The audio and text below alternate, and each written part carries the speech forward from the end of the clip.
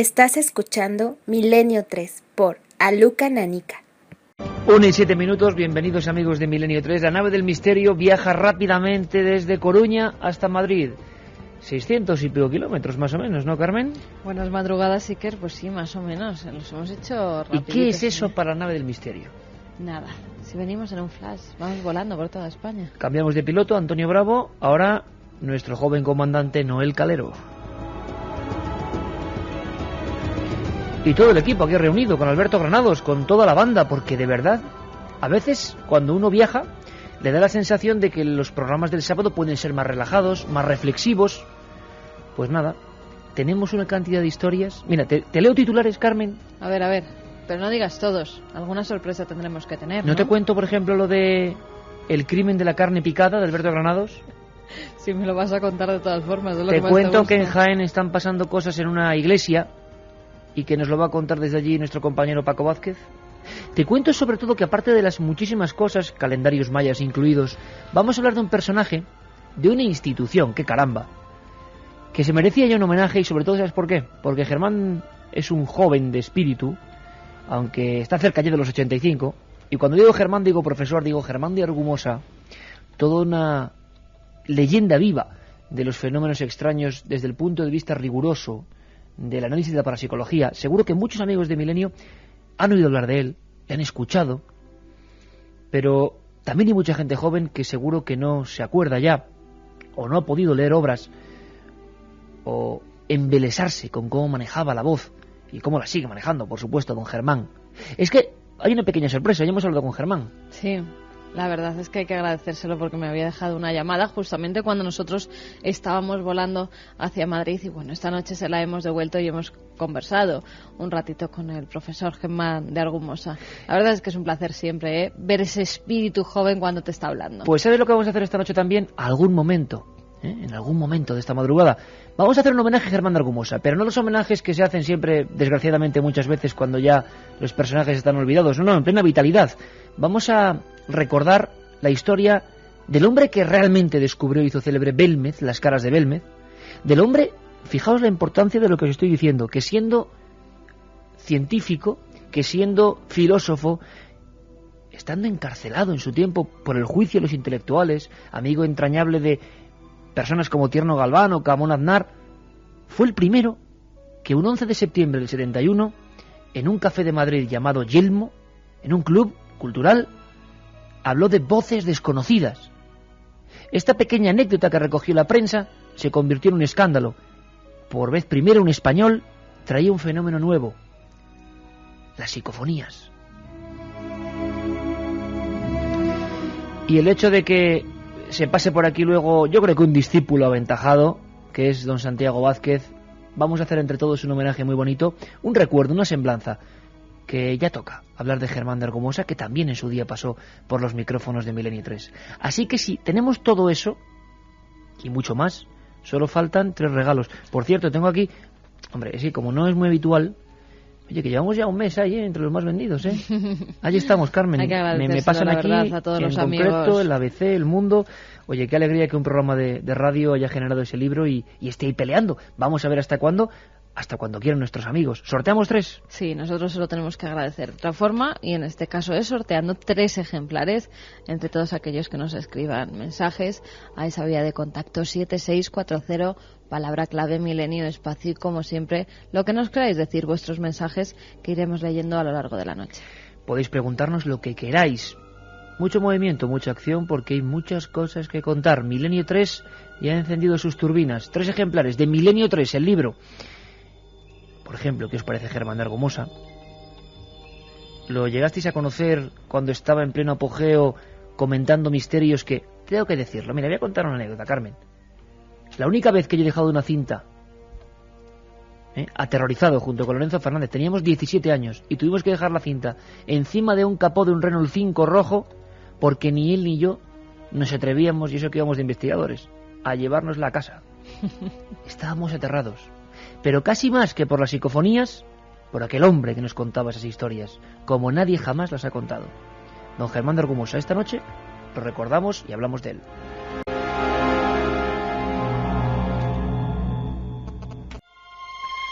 1:13, 23,8 grados.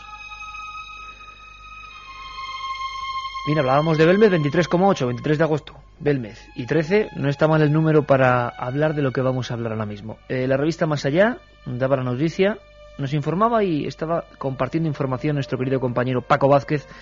Hacía ya semanas. La iglesia encantada de Cazorla, el titular de la revista dice: en el pequeño pueblo de Cazorla, en Jaén, una antigua iglesia se está convirtiendo en centro de habladuría, rumores y temor entre los vecinos. Extraños fenómenos sobrenaturales parecen acontecer en su interior y muchos son los que afirman, ya que varios entes del más allá rondan entre sus muros. Hombre, nos parece muy fuerte si esto es así, porque no es habitual que en recintos sagrados ocurran fenómenos extraños, aunque los ha habido. Bueno, queremos conocer la noticia, los últimos detalles, por lo menos titulares. Está pasando ahora mismo, noticia de última hora. Don Paco Vázquez, amigo, buenas noches. Buenas noches, Iker. Oye, ¿pasa esto realmente? ¿Se puede hablar de fenómenos? Imagino que, como siempre, como hacemos toda la familia, poniendo el presuntos por delante, ¿no? Porque imagino que no habrá comprobación fidedigna, pero algo está pasando en ese lugar, ¿no?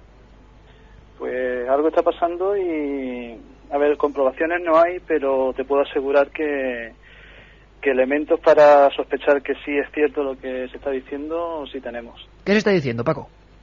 Pues mira, se está diciendo, por ejemplo, que ha aparecido una teleplastia, además de enormes proporciones. Estoy viendo la foto ahora mismo. Sí, es bastante curiosa. Yo te puedo asegurar que estuve allí, que tiene como unos, pues cerca de 1,5 metros, casi 2 metros. Aparece en un ventanal de la parte superior del coro, en la parte de atrás.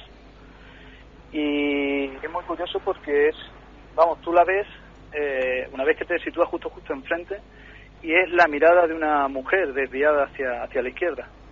Sí, además puede uno pensar, se parece a algunas de las... Mira, Carmen, aquí la tienes. Hombre, a mí a primera instancia me recuerda, qué curioso, a una especie al retrato, hay que mirarla ahí con luz, del padre Benito. Me recuerda de alguna manera, pero se suena a aquellas formaciones de Belmez que eran prácticamente unas manchas que formaban una expresión, pero puede ser también un fenómeno óptico perfectamente, ¿no? Lo que ocurre es que parece que todo esto está rodeado, por lo menos yo no soy de miedo o inquietud en la gente, en el entorno, que está hablando de cosas muy extrañas, no habituales para un templo cristiano, ¿no? No, y además, el tema es que hay un cúmulo de circunstancias que yo tiendo a pensar que es más por el tema de sugestión que realmente por lo que pueda llegar a ocurrir. El problema es que las circunstancias de que ese templo lleva muchísimo tiempo cerrado, casi 30 años, que recientemente se ha abierto, por ejemplo, para el tema de las cruces de mayo, y la gente que ha ido allí ha sentido o cree que ha sentido y ha visto una serie de fenómenos que desde luego pues a muchos les ha creado pavor.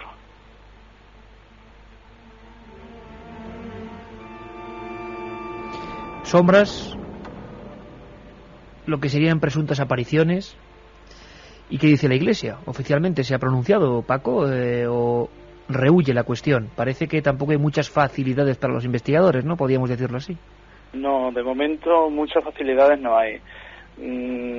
Te puedo asegurar que estoy intentando hacer gestiones para que me dejen, pues no solamente la pequeña visita que se hizo, que duró apenas media hora, y de donde básicamente a base de testimonios y las pocas fotografías que pude lanzar en el lugar, pero te puedo asegurar que yo estoy intentando contactar con los responsables del templo para que me dejen investigar con más tiempo, con más paciencia estos fenómenos, y de momento muchas respuestas no he tenido al respecto, pero vamos, no tengo por qué dudar de lo que me cuentan personas que yo he visto y con las que he hablado, y que te puedo asegurar que se han asustado, que estaban muy asustadas. Había una persona que sudaba como no te lo imaginas, tartamudeaba. Gente que no tenía una afición, digamos así, previa por los fenómenos paranormales, gente normal y corriente, gente que acudía a la iglesia por un motivo de fe, absolutamente normal. De hecho lo que resulta más verosímil es que te lo cuentan primero con cierto recelo. Después, cuando se van animando, lo primero que te dicen es que ellos no quieren aparecer, que ellos no quieren saber nada de esto, que que esos fenómenos no saben por qué suceden, sobre todo te lo cuenta gente mayor que ha estado en ese templo como pues asistiendo a misa. También fue un antiguo hospital, con lo cual pues hay una... Antiguo hospital, ya tenemos, digamos, ese elemento que muchas veces se repite. Por cierto, Paco, te interrumpo para pedirle a Carmen que si hay gente de Jaén, gente de Cazorla en concreto, gente que conozca exactamente esta iglesia y que sepa, pueda afirmar, desmentir, opinar en el fondo de lo que parece que está ya convirtiéndose en Vox Populi en esa zona, pues nos diga qué opina, qué piensa o qué sabe, ¿no? Sería un buen momento a través del 7640. Paco, perdona, hablábamos de un yacimiento anterior, una ubicación muy concreta de hospital. Eso está perfectamente comprobado, ¿no? Sí, fue antiguo hospital, incluso pues hay testimonios testimonios muy cercanos, porque yo, por ejemplo, tengo familia allí en ese pueblo concreto, y hubo también pues muy mala experiencia en ese hospital, porque hubo un incendio de proporciones considerables que casi lo destruyó.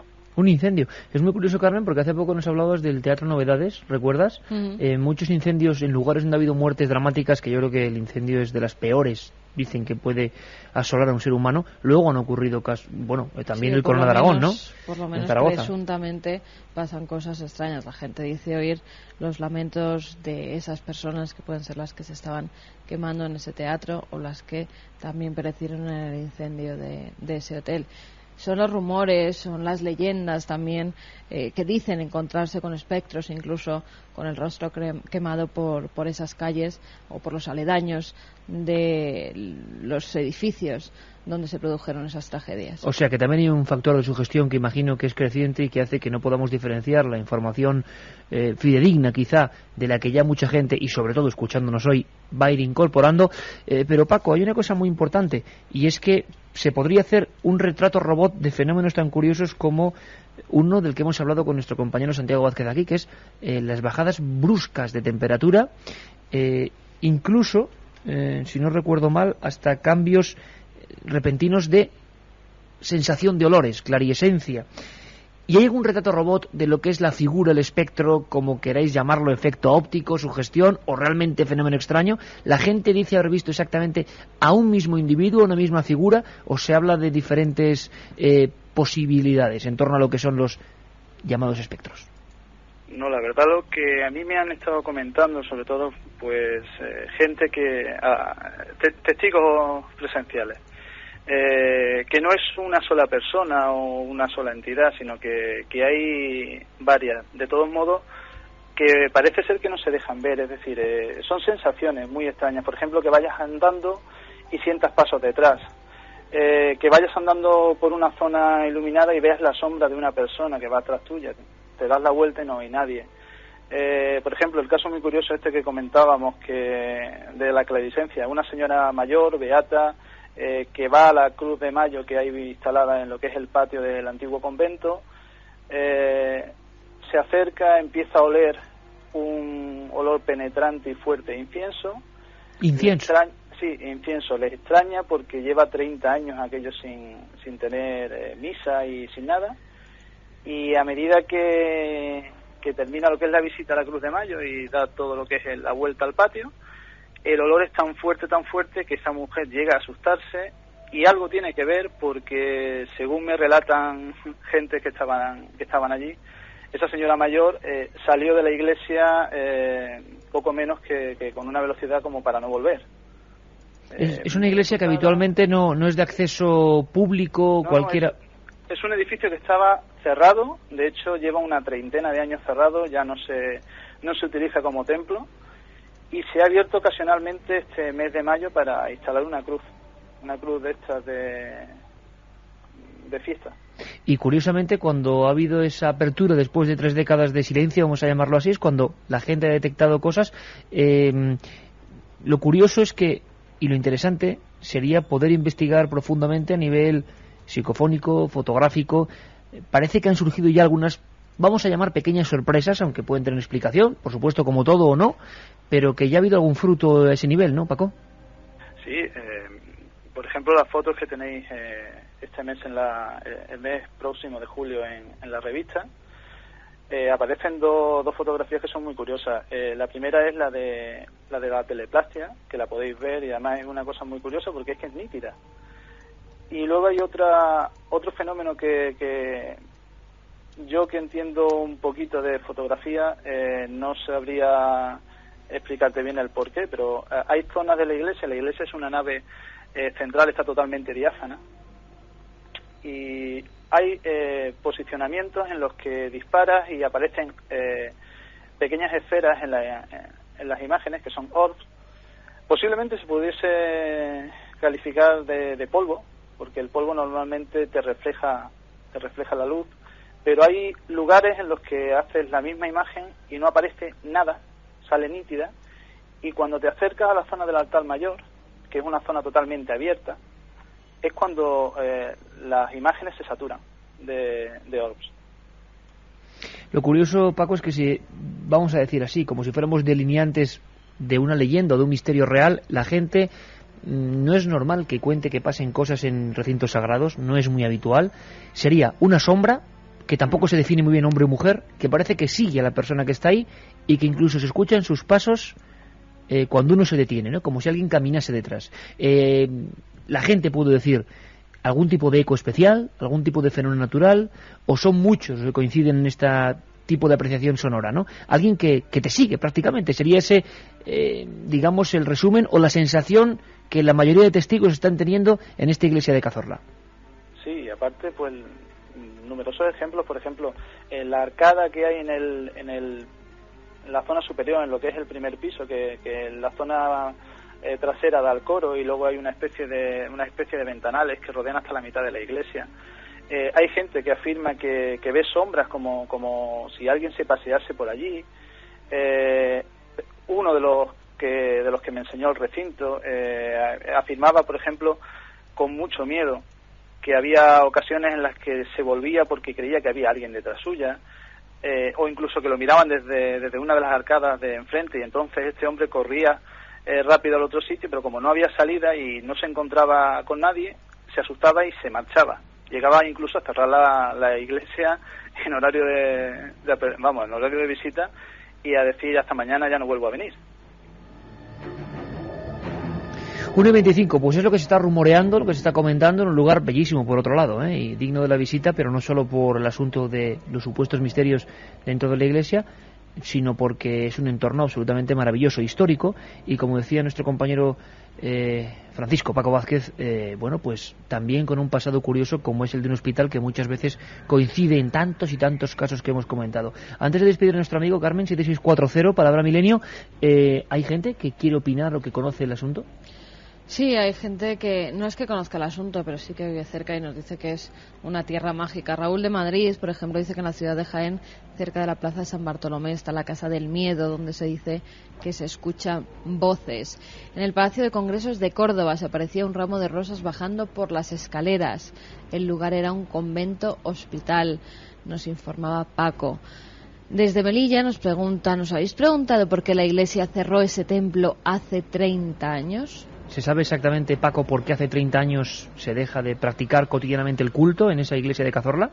No, y es una cosa muy curiosa porque yo lo he preguntado a varias personas, tanto relacionadas con la iglesia, allí en el pueblo concreto, como a muchos fieles, y nadie o no han querido o no han sabido darme respuesta. Tengo una casa en Cazorla y me creo esto porque es el lugar más enigmático que conozco. Podría contar muchas cosas, nos dice Carolina desde Madrid. Patricia dice, parece mentira que con lo bonito que es Cazorla ocurran estas cosas, pero en esta vida todo es posible. Y nada tiene que ver que un sitio sea bonito y maravilloso como para que luego pasen cosas. Y luego también muchos mensajes en referencia a Germán de Argumosa, que si quieres los dejamos luego cuando comentamos. digamos la voz del profesor. Pues ahí tenemos la noticia, porque nuestra obligación, sobre todo los sábados, es que si pasa algo, para eso está la SER, para contar lo que se está comentando, y seguramente en futuras emisiones podamos seguir ahondando con nuestro compañero Paco Vázquez, que además ha hecho investigaciones y está peinando esa área geográfica secularmente desconocida para el misterio, exceptuando casos muy concretos. Hablábamos hace poco, ¿os acordáis de ese camino de los muertos y de tantas historias que por lo menos están dando que hablar? Veremos, Paco, si conseguimos esos permisos para investigar. Me parece a mí que vas a encontrarte con dificultades, pero quizás esas dificultades o ese silencio a veces puedan ser el mejor marchamo para indicar que por lo menos algo está ocurriendo. Paco Vázquez, amigo, mucha suerte y un abrazo muy fuerte. Un abrazo, Iker.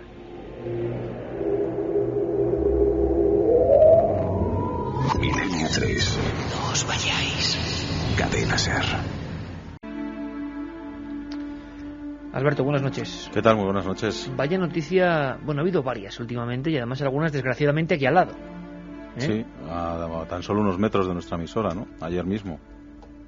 Un apuñalamiento, pues una mujer que fallecía con 14 puñaladas, ¿no? Sería desgraciadamente en los tiempos que corren, hay que decirlo así, un elemento normal, ¿no? Por desgracia. Es decir, un apuñalamiento, un crimen, lo que estamos viviendo sobre todo últimamente. Pero es que hay veces que la alevosía humana llega a unos niveles que uno no puede entender. Es una de las historias, cuando tú me lo comunicabas, más raras que yo he escuchado en el aspecto criminológico. Carne picada. Sí. En Marruecos han sido detenidos 3 hermanos carniceros junto con un amigo, pues supuestamente por el crimen de un abogado y su mujer, y para deshacerse de ese cuerpo, pues los trituraron, los descuartizaron y los pasaron por una máquina de carne picada. Vamos a intentar saber si esto da miedo. Esto realmente a mí, por ejemplo, me da miedo. Me parece que ya la degradación del ser humano está llegando a unos límites tremendos y además muchas veces, por desgracia también, mostramos nuestra frialdad o nuestra creatividad en la tortura o el asesinato, que es algo increíble. ¿Te parece, Alberto, que escuchemos atentamente esta crónica que has hecho? Tenebrosa porque has intentado buscar comparativas, ¿no?, con la historia del crimen. Sí, porque pensábamos que algo así tan horrible y tan espeluznante pues no tendría parangón, no se equipararía con nada. Y nos hemos llevado una sorpresa cuando sí que hay muchos más casos parecidos e incluso peores. En el año 75, el caso, que es una portada histórica, aquí comentamos en La Voz de las Sombras, esa sección que de vez en cuando viene como un fantasma a otro tiempo, y la portada era una mujer con un delantal ensangrentado, unos azulejos sucios detrás, todavía con restos de lo que había sido su última víctima, atendía el bar mientras descuartizaba a una de sus víctimas, y era la descuartizadora de León, de un bar de carretera en León. Y la portada del caso hacía alusión a cómo los periodistas y los policías se habían quedado de piedra al observar la rectitud, ni una sola mueca de arrepentimiento con aquella mujer que todavía blandía el cuchillo. Y el titular aquel, Alberto, era fría como un témpano, la imagen de esa mujer. Vamos a conocer a otros carniceros que, por desgracia, no están solos en el mundo del crimen. Ahora bien, esto de la picadora de carne nos ha dejado como consternados.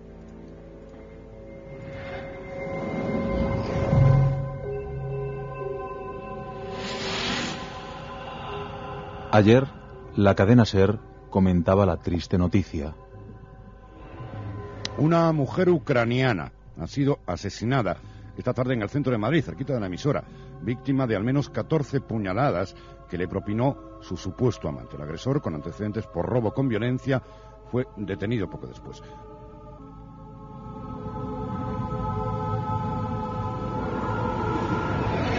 Lamentablemente nos estamos acostumbrando a titulares de este tipo, pero a veces los asesinos dan muestras de que todo lo escuchado se queda corto.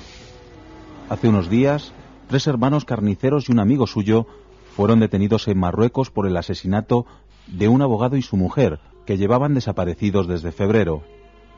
Al parecer, los hermanos los mataron, trasladaron los cuerpos a la carnicería y allí los descuartizaron y pasaron los trozos por la máquina de hacer carne picada.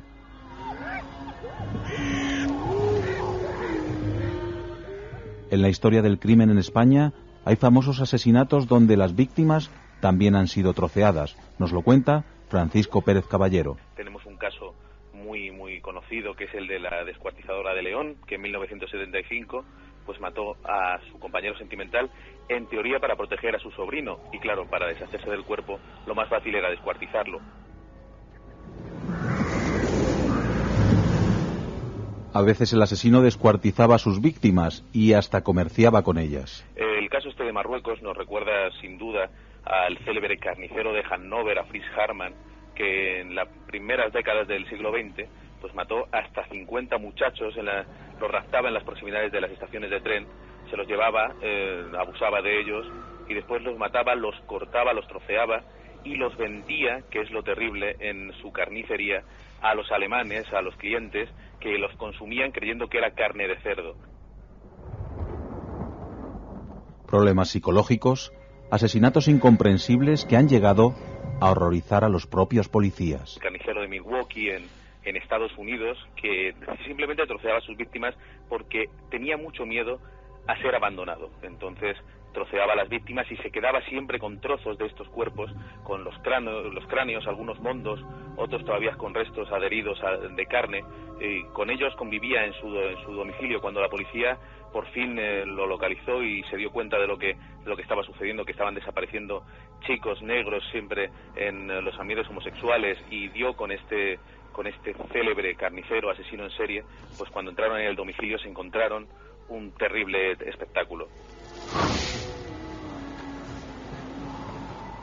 Y cuando pensamos que ya nada puede ser más horrible, descubrimos asesinos que no solo troceaban a sus víctimas, sino que también las devoraban. El caso más célebre de un asesino que ha cocinado a su víctima es el de Isais Agaboa, el célebre carnicero del Bois de Boloña, que en París mató a su novia solo por una cosa, porque él quería probar esa carne tan blanca que ella tenía, quería comérsela. De hecho, pues en su momento se divulgaron incluso las fotografías de esa víctima y bueno, pues incluso quedó como pues para hacernos la imagen, ¿no? Como un jamón, como si hubiera extraído finísimas lonchas después para cocinarlas y comerlas. Cuando fue detenido, pues en su nevera aún guardaba algunos trozos, algunos restos de su novia para seguir consumiéndolos.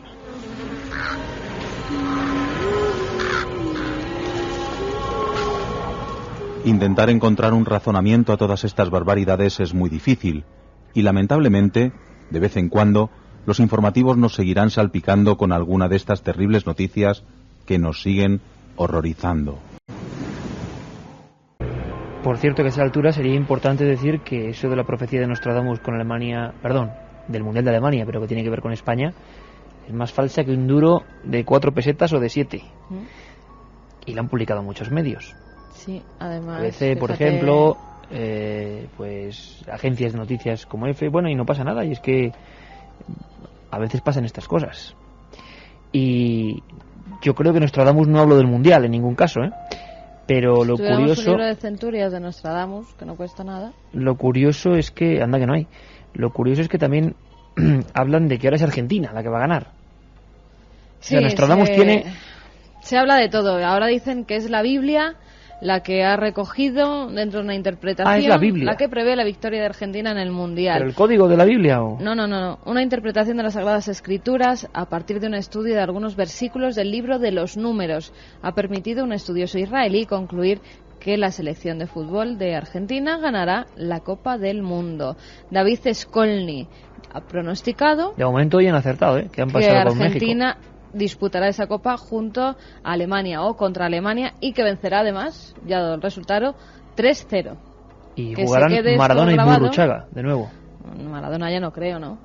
Bueno, quién sabe. De todas formas, eso, que lo que se está divulgando, porque además vía agencia de noticias y vía prensa ha calado en muchísimos medios nacionales, pues no es así.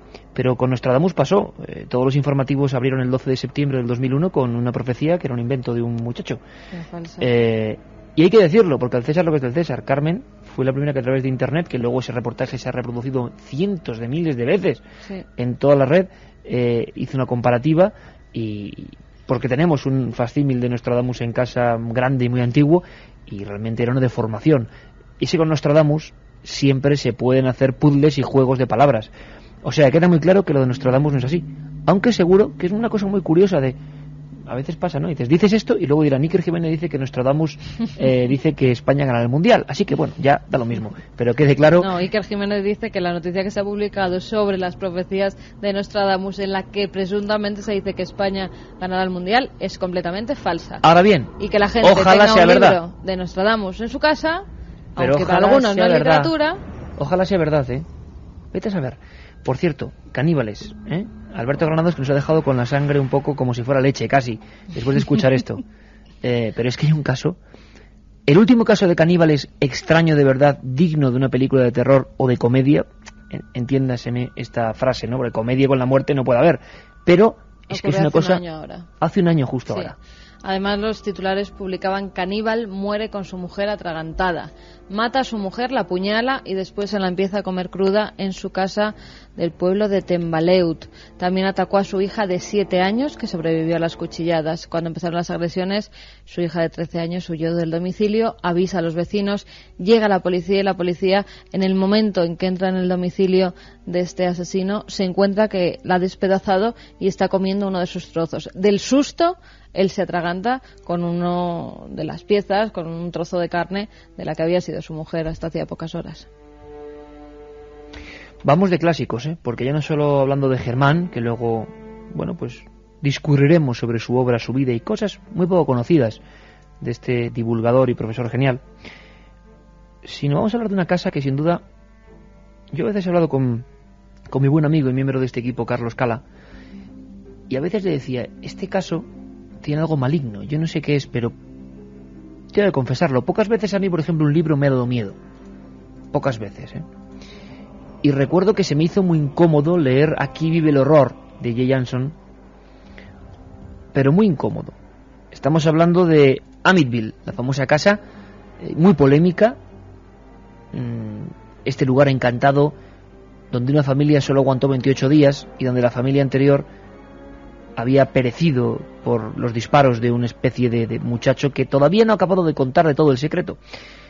Y hay una escena que luego ha recogido magistralmente Carlos, que es la de el padre de familia, que veía como el embarcadero con unos ruidos, con algo, una casa lujosa, pero que se convirtió en inhabitable, salía al exterior escuchando algo, y cuando estaba ya fuera, con los pies descalzos sobre la hierba, había mucho viento, su casa quedaba detrás, se daba cuenta de que, caramba, no había nada, pero al girarse veía a su pequeña niña mirando por el ventanal, por la habitación, mirándole fijamente y con una cara de no muchos amigos. Lo más curioso es que detrás de la niña parecía que había alguien más, alguien que luego se convirtió en personaje habitual de esa estancia de Amityville, y que la niña dibujó con unos pocos trazos, pero con esa fuerza que a veces tienen los dibujos de los niños. Era un pequeño cerdo, un cerdo que algunos dicen que incluso en la última noche bajaba las escaleras envuelto en una especie de capa negra. Por supuesto es la interpretación de esa gente, no que se viera exactamente eso. Pero a los 28 días, dejándolo todo allí, la familia Lutz se despidió de aquel lugar encantado. Hace poco más de un mes nos llegaba la noticia, que no deja de ser curiosa. Ha muerto ese hombre, con esa barba, con esa mirada, yo creo que para siempre marcada por los hechos que vivió en aquella casa de Ocean Avenue en Amityville. Ha muerto George Lutz. Y ya sabéis que hay otro libro que también está rompiendo la pana, Carmen, que es Aquella casa maldita, Amityville. Es un trabajo, compañero de Carlos Cala. A mí me hace mucha ilusión, que se haya metido. Voz. Yo hubo un día que vi a Carlos, que estaba preparando un reportaje sobre Amityville, y le dije, Carlos, tú tienes en la mirada algo que me dice que te estás metiendo en la trama, eso es bueno y malo, y para que sea bueno, esto hay que plasmarlo en un libro. Y yo creo que es el mejor estudio que se ha hecho sobre el gran caso, y ese libro es de los pocos que te pone los pelos de punta de verdad. Y quiero que me comente algo, porque además Carlos va a presentar el libro. Por desgracia nosotros no vamos a poder estar, pero van a estar un montón de amigos. Y si podemos, vamos a pasarnos, Carmen. ¿Qué demonios? Si vamos podemos, a ver si podemos arreglarlo todo y nos acercamos un momento. Va a ser en Toledo, pero que nos lo cuente Carlos. Carlos, buenas noches, amigo. Hola, ¿qué tal? Buenas noches. Bueno, que ha muerto uno de los protagonistas principales de esa historia, que ha copado pues prácticamente para ti este último año, que poca gente comprenderá lo que pasó a esa familia en Amityville, y que este hombre que murió en circunstancias extrañas o no? ¿O hay que despejar cualquier incógnita de ese tipo? Murió de repente. Lo que se sabe, lo poco que se sabe es que murió de repente en la noche del día 8 de mayo. Y pues eso, una muerte repentina, una muerte totalmente inesperada. En algún lugar he leído que quizás a una afección cardíaca, pero bueno, todo el mundo sabe que todas las muertes al fin y al cabo son paradas cardíacas, porque todas vienen a caer en eso, ¿no? En una parada del corazón. Sí, el corazón se para. Efectivamente. Lo cierto es que eso, que prácticamente nadie se esperaba la muerte, y para mí ha sido, no sé, he sentido algo extraño. Después de haber estado tanto tiempo metido en esta historia y casi viviendo de cerca lo que esa familia vivió, lo que George vivió, lo tengo en la cabeza siempre fresco, ¿no? Después de haber estado estudiándolo tanto, no sé, es como si se me hubiera muerto alguien cercano, alguien muy conocido, muy próximo a mí. Oye, Carlos, ¿te parece que hagamos una cosa que no solemos anunciar, lo que hacemos en una semana? Porque muchas veces hay miles de factores que varían, ¿no?, nuestro plan. ¿Te parece que el viernes que viene dediquemos un especial a lo que se sabe, se dejó de saber, pero en profundidad, de esa casa? Incluso recordemos algunos pasajes, porque la gente, bueno, nos invadió el correo en Cuarto Milenio cuando hace 3 o 4 semanas estuvo Carlos contando algunas pinceladas, porque en la tele tampoco hay tiempo para más. Pero ¿te parece que dediquemos el próximo viernes toda la recopilación, todo lo que se puede contar, lo que has contado en el libro y lo que no has contado, y los pongamos aquí en Milenio? Pues me parece una idea estupenda. Oye, es cierto, Carlos, y esto no va con segundas, porque sé que, y además es lo más bonito que le puede pasar a un escritor, a un autor, a un periodista, como es tu caso, que es meterse en la trama de la obsesión, donde empiezan a pasar cosas que uno a veces parece que no controlan, ¿no?, como extraños guiños del destino. Pero es cierto que muchos investigadores que se han metido a fondo en Amityville, pues hombre, no han acabado muy bien, hay que decirlo así, se han sumergido en una trama. Caramba, también Jay Anson, ¿no? Hablábamos antes que Sí. pereció en circunstancias muy parecidas, ¿no? Sí, es verdad.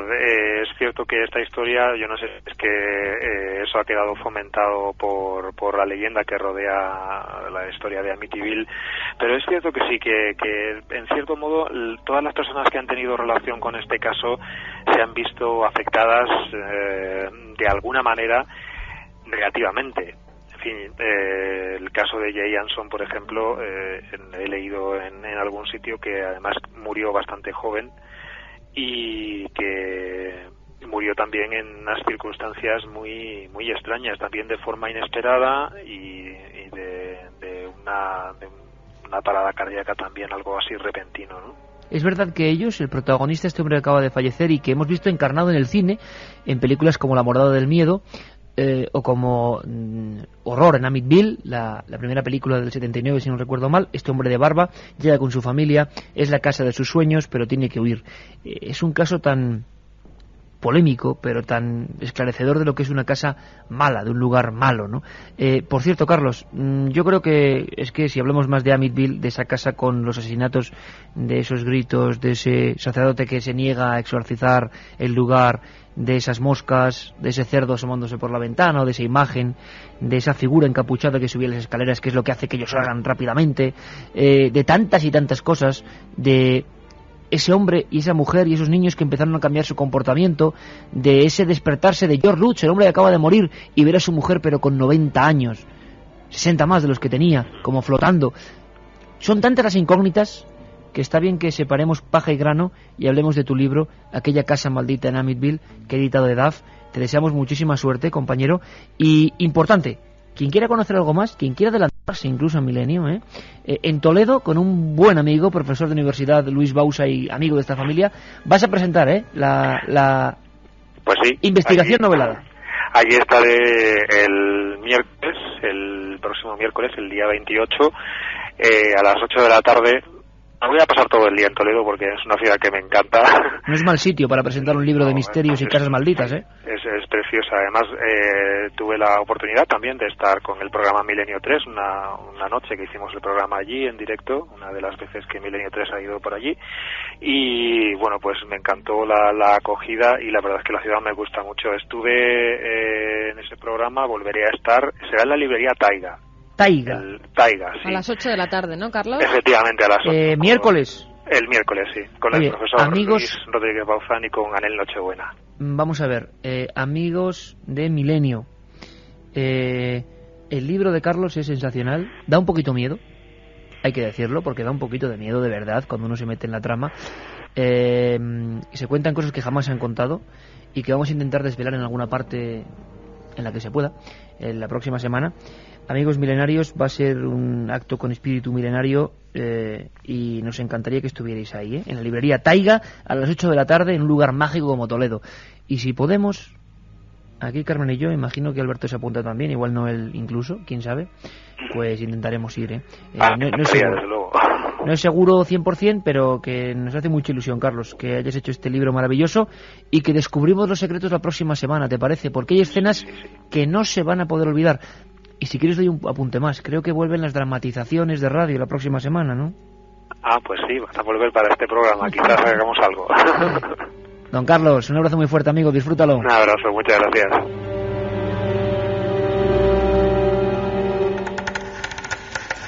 Milenio 3. Detrás del misterio. En busca de una respuesta. Cadena SER.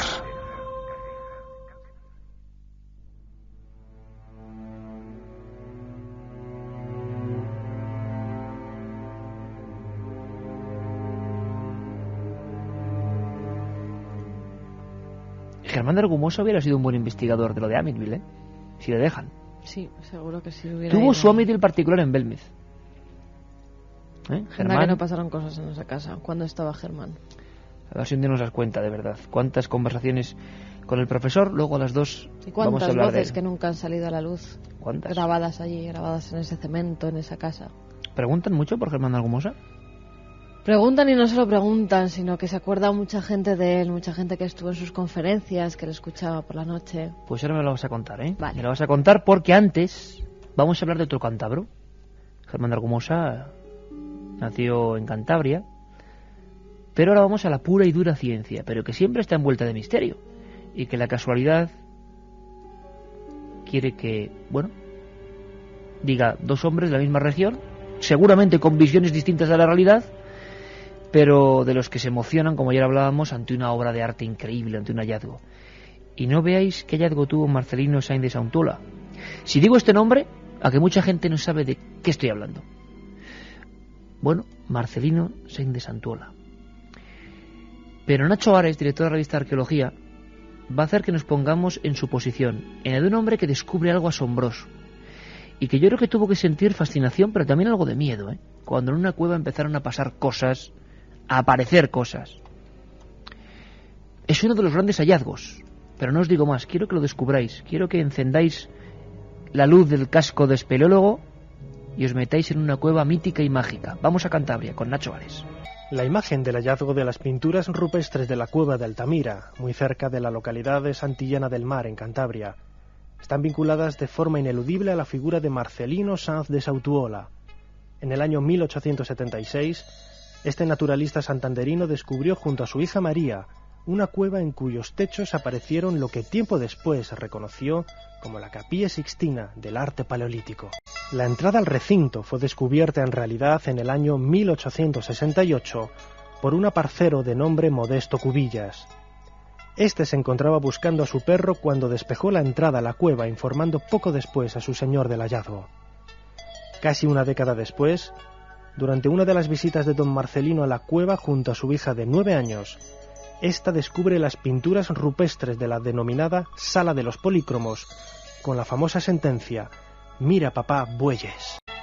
El descubrimiento de las pinturas se fue realizando de forma paulatina, no siendo hasta 1879 cuando el prehistoriador da con el panel principal de la cueva.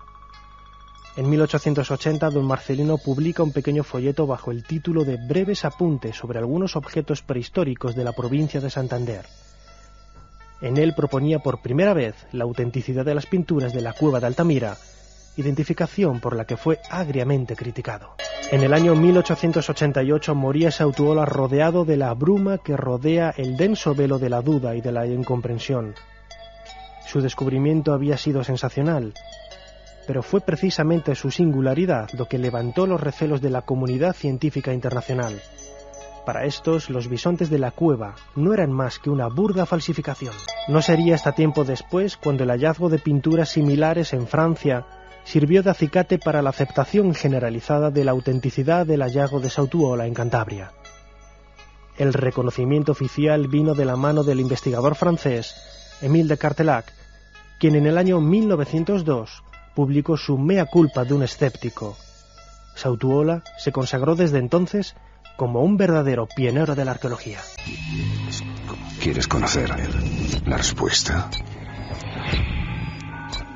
Milenio 3 en la SER.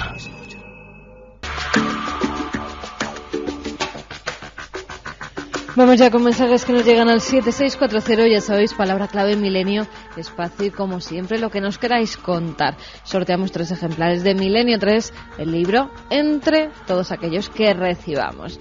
Vamos a ir con alguno de los mensajes que nos hablan de esa casa de Amityville. ¿Existe todavía la casa de Amityville? Nos preguntan desde Aranjuez. Afirmativo. Iker sabía y habitada, ¿eh? Iker sabía de qué libro hablabas, porque a mí también es uno de los pocos libros que me han dado miedo. Además, la parte del cerdo también me marcó, nos dice Noemí desde Barcelona. Pues Noemí, no te pierdas el próximo viernes, vamos a llamarlo así, Expediente Amityville. Toda la verdad y todo el fraude. Y de verdad hay cosas que, bueno, que es mejor ni contarlas. Me fascina la historia de esa casa. Este verano voy a ir ahí de vacaciones a esa ciudad. Intentaré visitarla, ya os contaré. Nos dice José. Pues Además, José, si la visitas, no sé, graba a los que viven ahí, los Wilson creo que son, que hace falta gallas para vivir, ya no solo por los presuntos fenómenos extraños, sino por el sextuple crimen, madre mía, que había gestado allí ese hombre un tanto enloquecido llamado Batch, Ronald DeFeo Jr. Hay una película reciente sobre ese caso que me resultó estremecedora al leer el final, basado en hechos reales. Sí, La morada del miedo. La historia del Resplandor de Stephen King es muy similar a la de Amityville, nos dice Alberto desde Madrid. Lo habéis conseguido. Acabo de hacerme vegetariano. Nos llegaba este mensaje justo después del mini reportaje de Alberto Granados.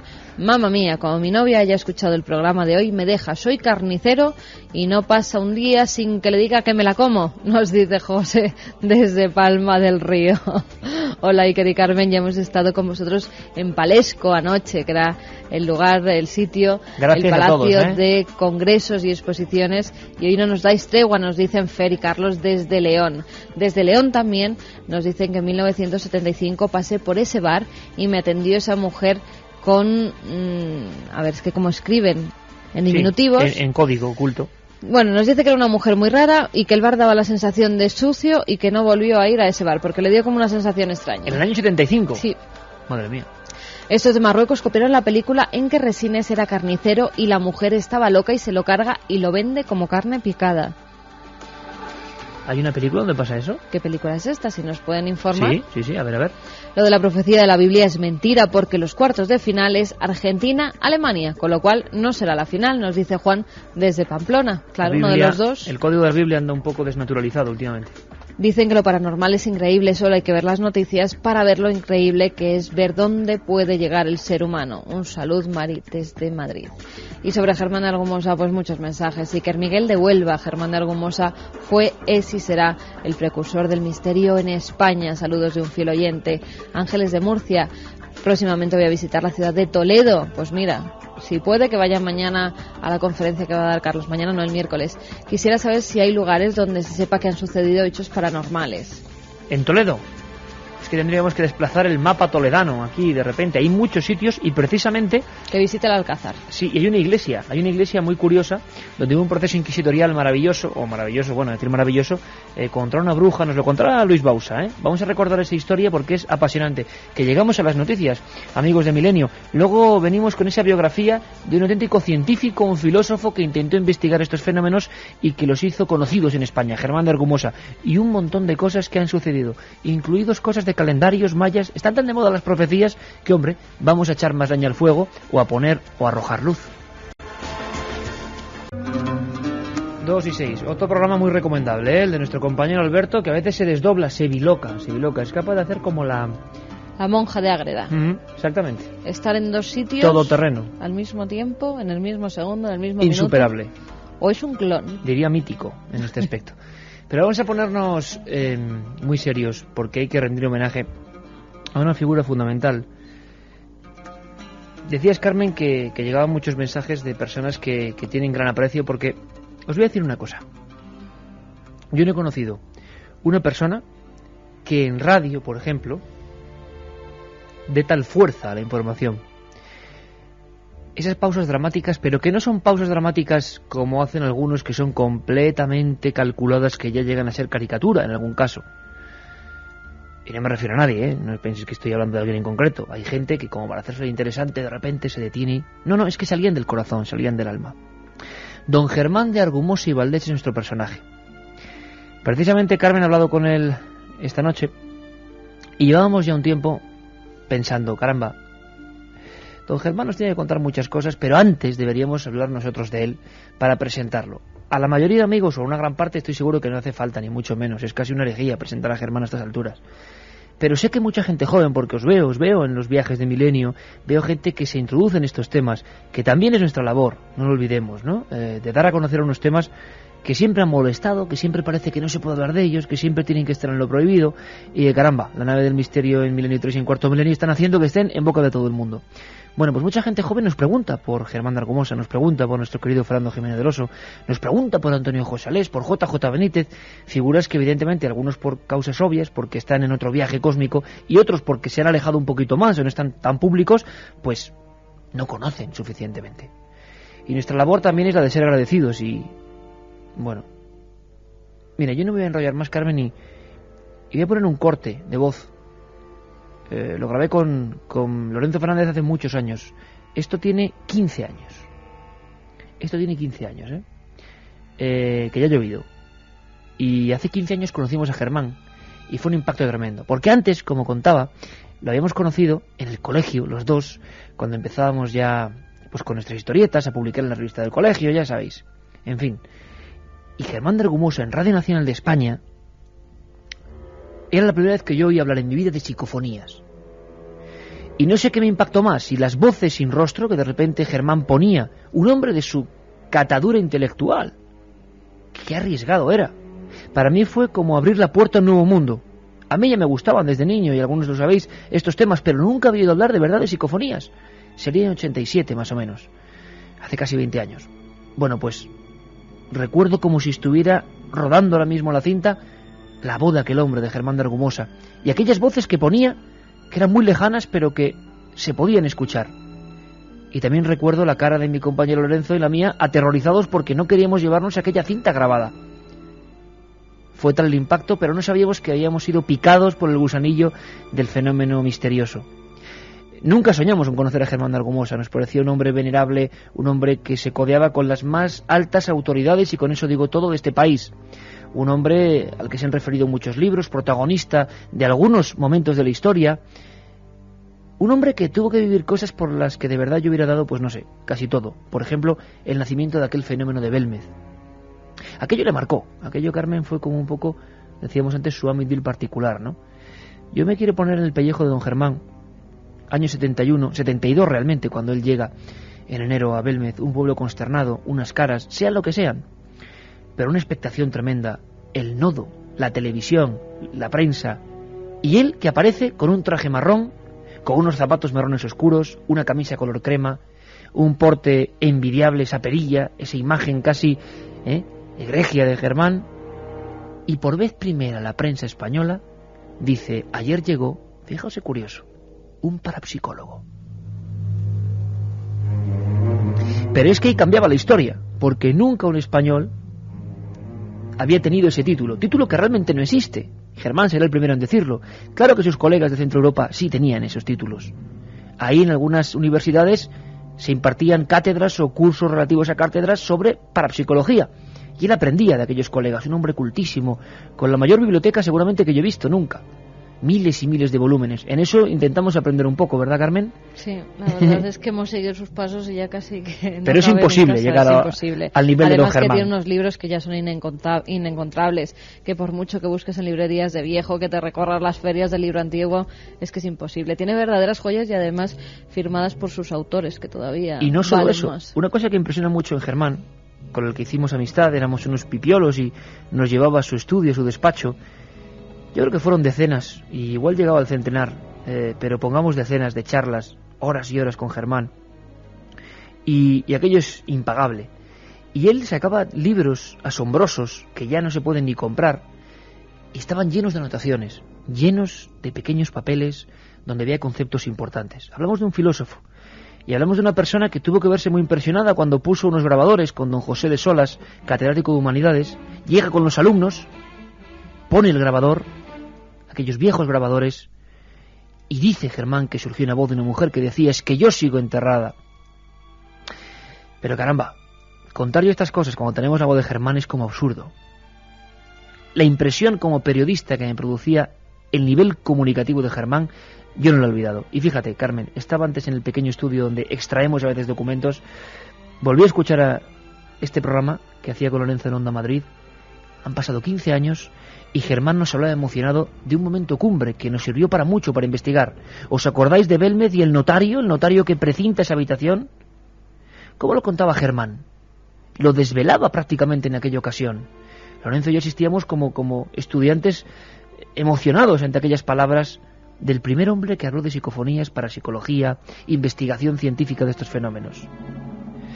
Este era Germán, emocionado, contando el momento en que un notario, por vez primera en España, precintaba un fenómeno quizá paranormal.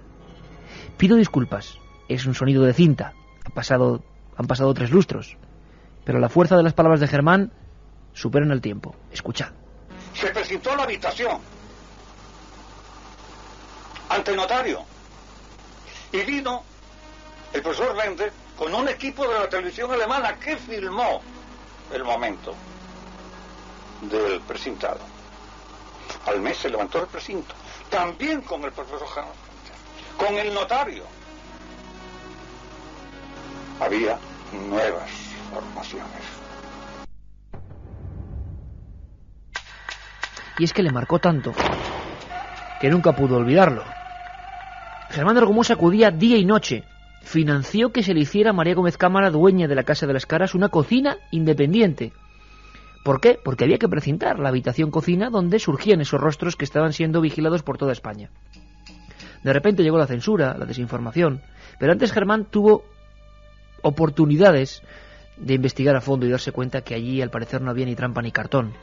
Su historia es muy curiosa porque la investigación oficial se la da en bandeja o le llama don José Ruiz de Gordoa, gobernador civil de Jaén, que piensa que Germán, hombre de ciencia, hombre de filosofía, hombre de universidad, va a acudir allí y va a descubrir el chabacano fraude que se creía que podía ser aquello de unas caras extrañas, con un suelo plagado de huesos, un cementerio antiguo y en definitiva una casa de pastores que no sabían a qué se estaban enfrentando. Pero Germán llegó allí y sinceramente lió el taco, porque lo primero que hizo es hacer psicofonías, que nadie sabía lo que eran eso en España, y salían voces. Es que yo sigo enterrada, nombres como Kiko, borracho, borracha, y una serie de frases que ya son historia. Hay un documento sonoro que también grabamos hace 15 años, hablando cara a cara con Germán, que yo, mira, se me ponen los pelos de punta. Yo le dije: pero don Germán, ¿usted vio realmente en alguna de las caras surgir? Claro que lo vio. Una cara con rasgos diabólicos, delante de él y de varios periodistas, y en varias ocasiones. Pero una inolvidable, una como que no podía olvidarlo. Germán quizá tuvo que marcharse de Belmez también por la presión que incluso el gobierno de Franco y del ministro Garicano Goñi había entendido, porque aquello era molesto, aquello no se descubría y había que silenciarlo. Así fue. Pero Germán tuvo tiempo de hacer muchas comprobaciones. Y una noche, imaginaos por favor, con 2 periodistas, Germán de Argumosa descubrió algo aterrador en aquel suelo de cemento. Así nos lo contaba. Antes del precintado de la habitación, delante de 2 periodistas, Pedro Sagrario y Rafael Alcalá del diario Jaén, se definió en 10 minutos un rostro con rasgos diabólicos. Y lo que le asombró a Bender y otros parapsicólogos es que algunos de estos rostros tienen elementos bivalentes, incluso trivalentes. Por ejemplo, la boca de un rostro es boca también de otro rostro invertido.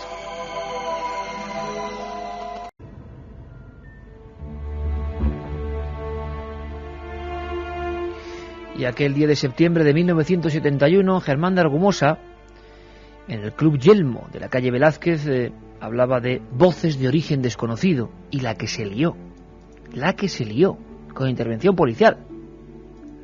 La gente se vio sorprendida por un fenómeno completamente desconocido que rompía todos los parámetros de la lógica de aquellas personas.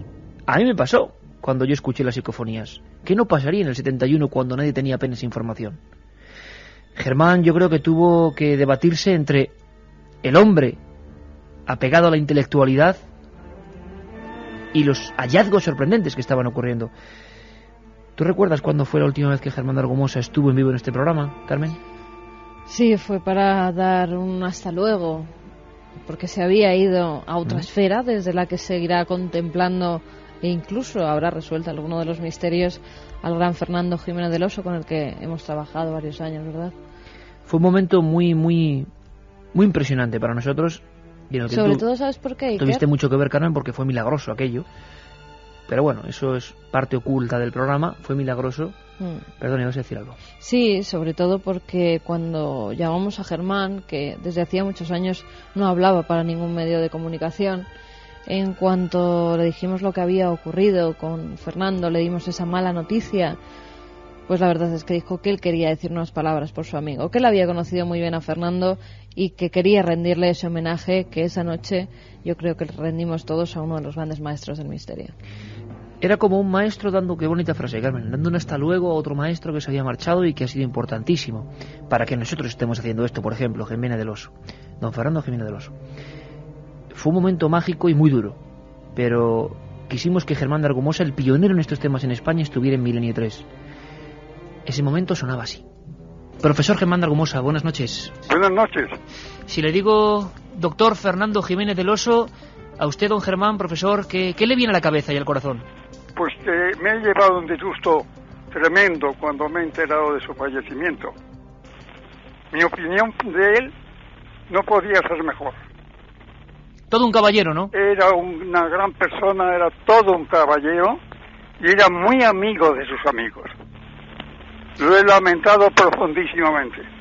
Profesor, ¿cuál sería el rasgo que más destacaría de la persona de Fernando Jiménez del Oso? ¿Qué es lo que más se le queda en el recuerdo de tantas investigaciones compartidas, de tantas entrevistas, de tantas charlas?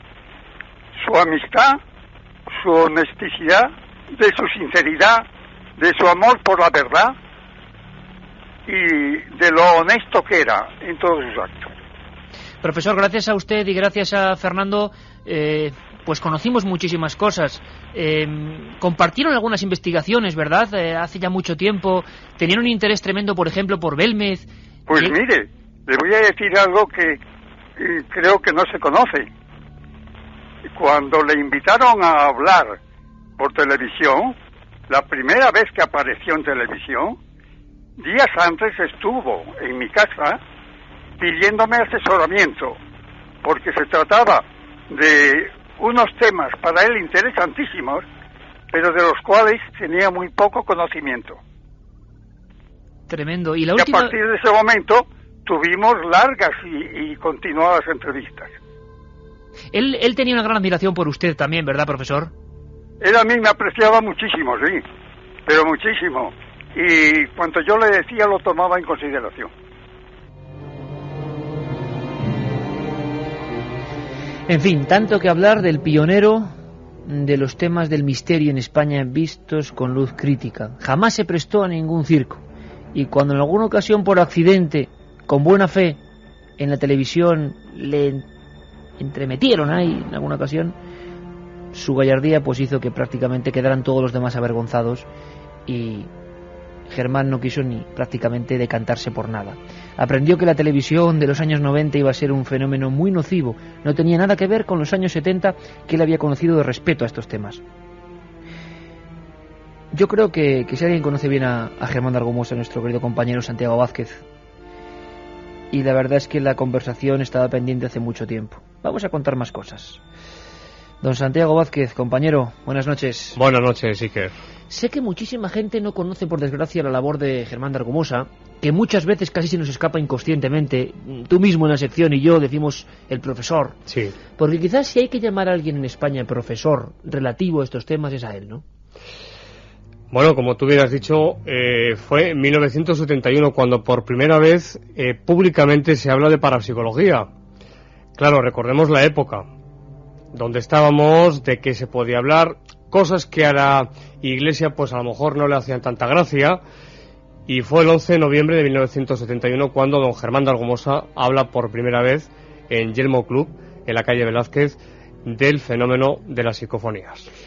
A estas alturas habría que decir, bueno, pero Germán de Argumosa era alguien muy especial desde la infancia o desde la juventud. Podríamos hacer una rápida, sé que es muy difícil, Santiago, pero sí, una rápida biografía para saber de quién estamos hablando exactamente. Mira, empezar diciendo que Germán de Argumosa hizo la guerra con 14 años, voluntariamente, es decir, pidió permiso a su padre para irse y con 14 años se fue a la guerra. Todo un carácter, don Germán. Mucho.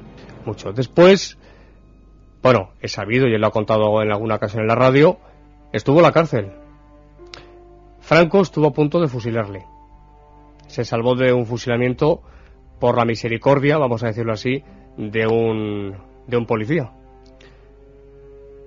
Podríamos decir muchas cosas. Fue encarcelado por el famoso juicio de los intelectuales en 1956. Como dato anecdótico, quizás, entre muchos otros, resaltar que fue compañero de celda con Tierno Galván, con el profesor. Con Tierno el que Galván. Siempre les unió una amistad muy curiosa, porque Sí. Germán se granjea, entonces, digámoslo así, amistades selectas. Él proviene de una familia que le instruye, él tiene amor por los libros desde siempre, es una persona que, digamos, un hombre cultivado, un intelectual. Sí. ¿De dónde le nace a don Germán de Argumosa el interés por algo que prácticamente no era conocido en este país? Fíjate, Iker, efectivamente así es, tal y como lo has dicho. Él cuenta, te habrá contado a ti, a mí, con 11 años, cuando a los 11 años todos los niños juegan y están en las cosas propias de los 11 años, con 11 años Germán de Argumosa se dormía con el Tratado de Metapsíquica de Risset en la mano.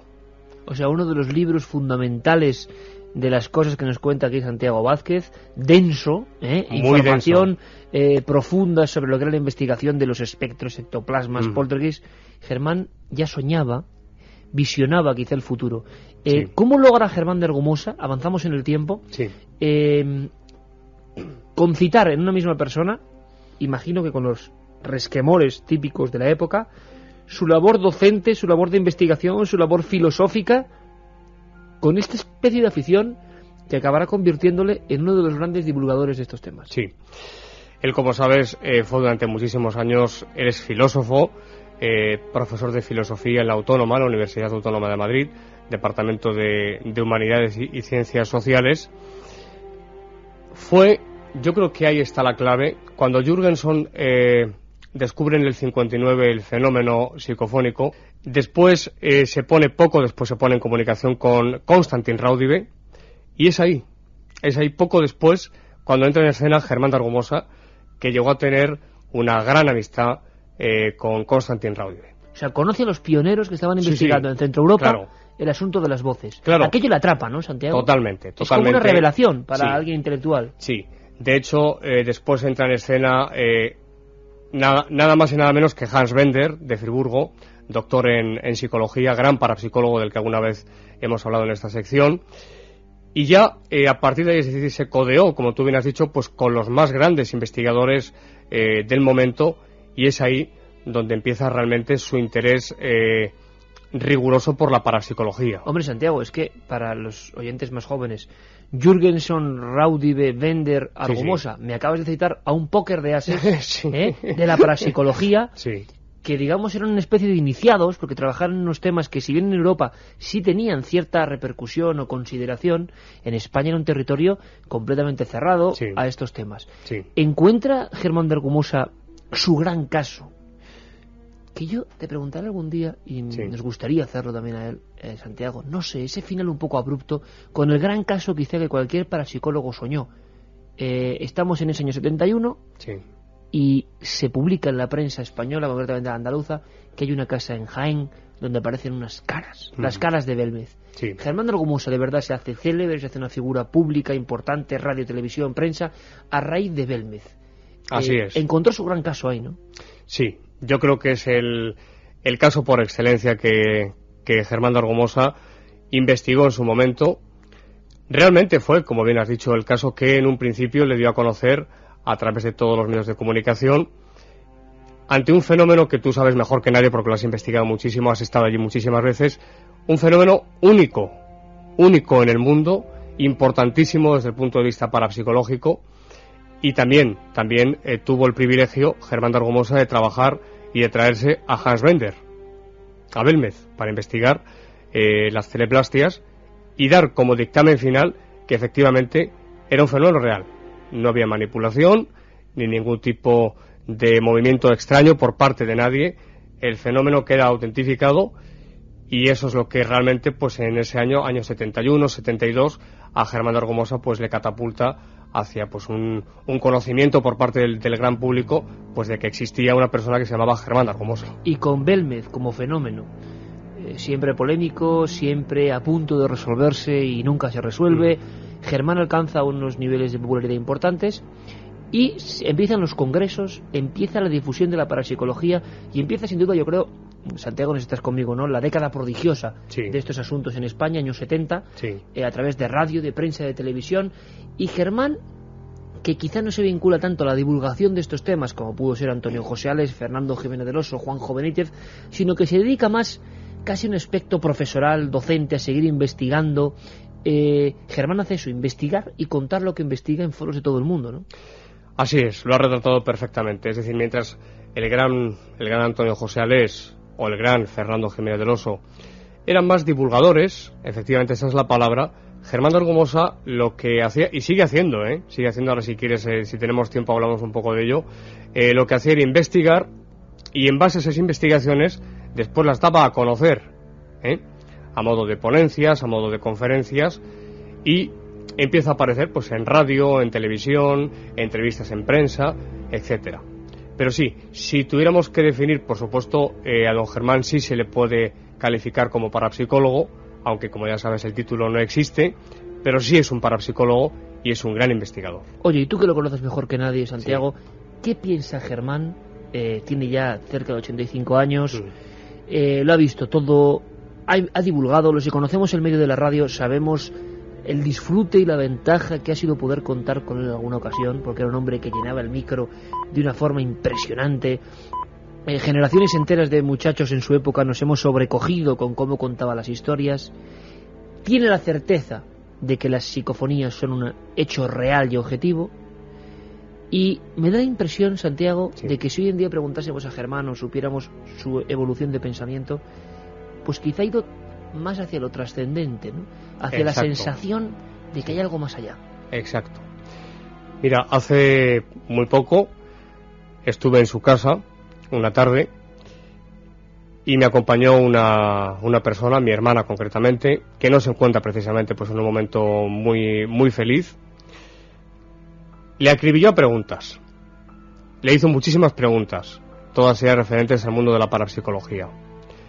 Y una de las preguntas que mi hermana le hizo fue esa: don Germán, ¿usted cree realmente que existe vida, una vida después de la muerte, un más allá? No se me va a olvidar nunca no solamente el semblante de don Germán, sino la rotundidad. ¿Cómo lo dijo? Rotundamente sí. Existe una vida después de la muerte.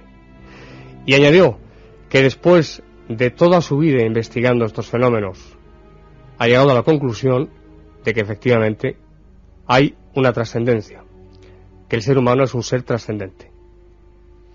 Santiago, y la sensación de que Germán no ha dejado un legado que tendría que ser quizá incluso más denso, más digno de consulta, porque seguramente será el investigador que más ponencias ha dado en este país, que más ponencias ha dado a gente de muy alto rango social en España, que les ha convulsionado con las psicofonías, con las grabaciones de Germán de Argumosa, es esa célebre psicofonía de los 10 minutos, ya conocida por toda la audiencia de Milenio 3, que nos contó Santiago. Empieza a ser consciente también de que este tema puede ser peligroso, ¿no? Me da la impresión de que Germán es un hombre muy responsable, que sabe que eso también es una bomba de relojería, un cuchillo de doble filo, ¿no? Sí, una de las cosas que caracteriza siempre ha caracterizado a Germán de Argumosa es su discreción y ante todo su prudencia.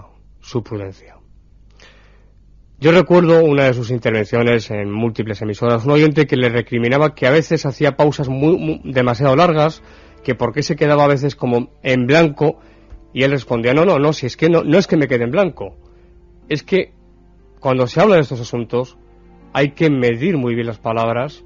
Cuando alguien te hace una pregunta, un oyente, quien sea, te está entrevistando, hay que medir mucho las palabras.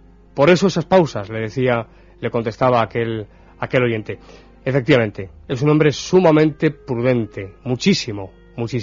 El asunto de las psicofonías lo tenía clarísimo, y la sensación que tenemos es que tendremos algún día, lo que faltaba para ensamblar definitivamente esta biografía, trabajos de Germán de Argumosa que se puedan consultar, que puedan sernos de ayuda, que no sean palabras que se las lleva el viento. Sí, pues mira, para alegría de todos, está escribiendo 3 libros, voy a decir sobre qué temas.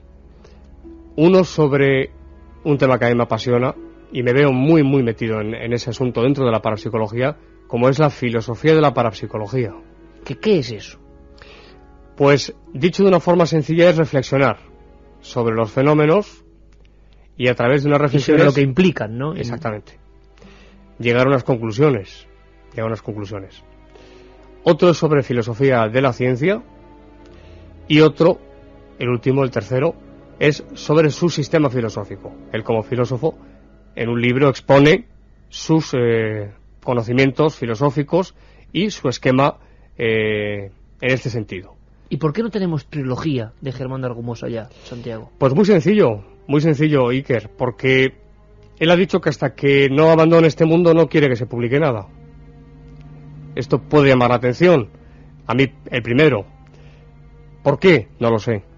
Pero él me ha dicho en más de una ocasión que hasta que él no deje este mundo, no quiere que esos 3 libros sean publicados. Santiago, ¿cuántas psicofonías tendrá registradas Germán de Argumosa?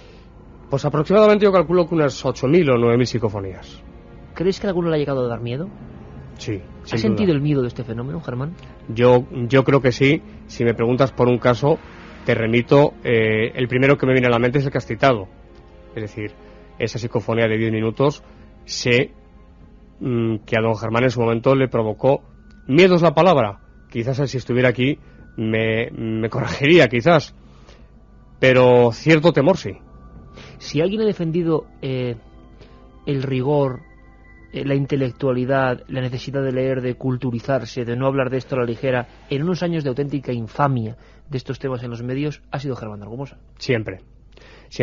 De hecho, y sin dar nombres, pues ha habido investigadores, ya sabemos, siempre se dice que la envidia es el deporte nacional, se suele decir eso, ¿no? Y es verdad. Siempre ha habido otros compañeros que han criticado que en su momento hubo una campaña también, no voy a decir por quién, para derribar sencillamente a Germán de Argumosa, para que no apareciese en radio, en televisión. Fue perseguido, esto es cierto. ¿Fue perseguido? Sí. Lo que pasa es que, pues porque él me ha pedido que así sea, no se haga público, pero él fue perseguido y lo pasó muy mal.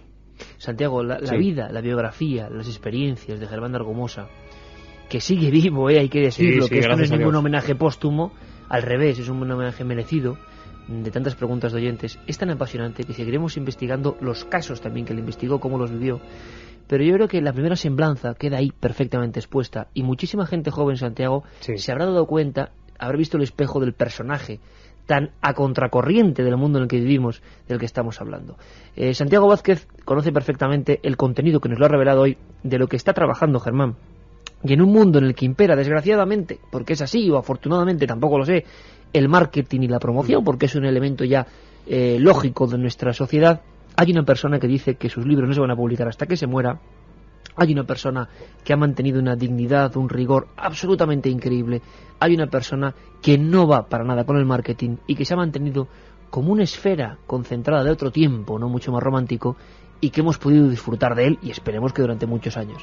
Así que si te parece, yo creo que como está hecha la semblanza y el retrato, Santiago, Sí. seguiremos investigando sobre, y ahora creo que mucha gente lo entenderá, sin duda, el profesor.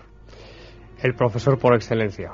El profesor por excelencia, y un rasgo, Iker, que se me ha olvidado mencionar de Germán de Argumosa, es su inmensa humanidad.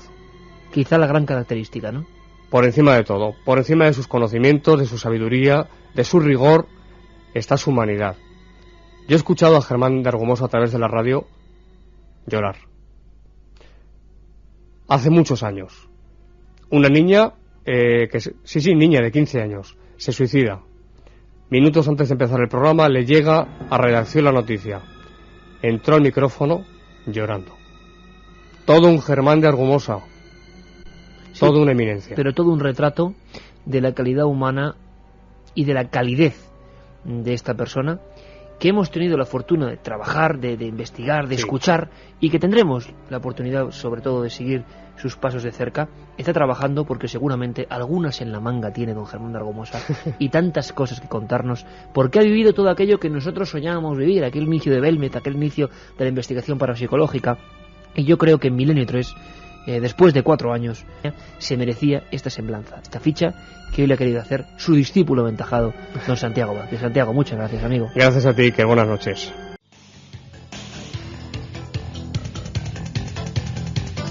Mensajes del 7640 sobre el gran Germán de Argumosa, como el de Luis. Me ha emocionado oír que Germán de Argumosa está preparando obras escritas sobre los ámbitos capitales del conocimiento, un legado a su altura. Buenas madrugadas, Iker y Carmen. Afortunadamente existe hoy por hoy un mayor respeto por los temas paranormales. Germán es un adelantado de su época. Ahora sí que tiene que ser un honor para Santiago recordar al gran Germán.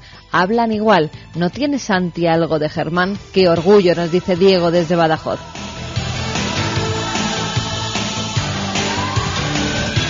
Yo conocí a Germán y era una persona muy seria. Lo de las psicofonías, creo que es verdad. Todo lo que escuchó y vio, pues es totalmente cierto. Figuras como Germán de Argumosa trascienden la mera caza del caso, analizando el fondo de las incógnitas desde la mayor de las ciencias, la filosofía, nos decía Luis. Gracias al profesor por investigar las psicofonías y darlas a conocer, y gracias ahora a vosotros por investigarlo y radiarlo, nos dice Piedad desde Miranda.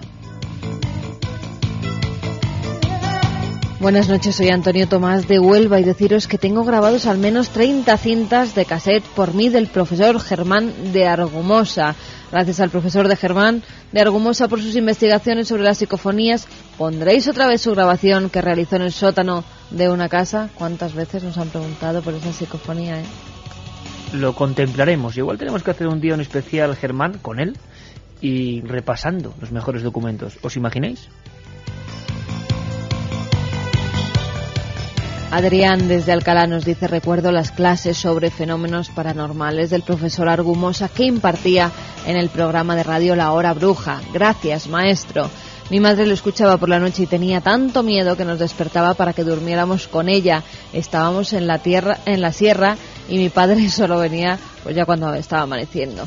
Soy Armando de Palencia. Muchas gracias, Argumosa, por traernos las psicofonías y descubrir Belmez. Espero que siga con nosotros mucho tiempo más. Es que Germán además en la radio ha hecho cosas maravillosas, en Radio Nacional de España, con nuestro compañero Juan Antonio Cebrián durante muchos años en turno de noche. Hay que decirlo, realmente una auténtica clase magistral la que daba Germán de Argumosa y que a muchos nos enamoró en la radio, pero de hace muchos años, hasta que en un momento dado, bueno, pues detiene su progresión mediática, vamos a llamarlo así, y prefiere confinarse, ¿no? Investigando y buscando respuestas y sobre todo oyendo lo que decía Santiago, la filosofía de estas cosas, que al final es la gran ciencia que tiene todas las claves de nuestro comportamiento. Buenas madrugadas, queridos amigos. Soy Eugenia de Madrid y hace años tuve el gran placer de asistir a una conferencia de don Germán. Buenas noches. De Germán me impactó la psicofonía que decía en voz grave de un hombre decir su nombre: Germán es el que sabe. decía Seba desde Sevilla. Y había algunas que era tremenda. Germán Picapatio. Germán Picapatio. Bueno, pero algunas incluso, la primera, donde nota que alguien le llama, Germán, así, y le hemos puesto en Milenio, yo creo, Y yo creo que el legado de Germán, además ha sido muy bonito, porque no ha sabido de ¿cómo decirlo? Bueno, yo soy de los que piensa, y hemos hecho honor siempre a ello, ¿no? Nosotros jamás hemos hablado mal de un compañero en la radio. Nosotros siempre hemos apoyado cualquier cuestión en la radio de cualquier cadena que divulgue estos temas seriamente. Jamás haríamos lo contrario. Por lo tanto, Germán ha sido el ejemplo de que no ha sabido tampoco ni de emisoras, ni de... Donde ha estado, ha impartido clases magistrales. Y ha estado en casi todas, y yo creo que eso es sensacional, porque él lo que quería era divulgar el mensaje, divulgar el contenido. Y me estoy dando cuenta ahora, Carmen, que ahí lo que importaba era lo que él decía, porque marcó a mucha más gente de la que pensamos, mucha más gente que se sentía huérfana también, ¿no?, de un tratamiento serio de estos temas, y su labor yo creo que es emocionante. Vamos a mandarle este documento a Germán de Argumosa, estos mensajes están llegando a Germán. Los oirá. Los oirá. Y se lo vas a dar tú en mano, además. Y yo creo que va a ser muy emocionante, porque le explicaba a Carmen, a Germán, lo de los SMS, la interactividad. Bueno, y claro, Germán, el hombre absolutamente romántico, ¿no?, en su forma de proceder, en su ambiente. Yo creo que va a ser emocionante el cariño que le tiene la gente, prescindiendo además de cualquier lugar, de cualquier situación, de cualquier opinión, de cualquier emisora. Es Germán, y eso es beneficio y patrimonio de todos los que le gusta la buena radio, ¿no?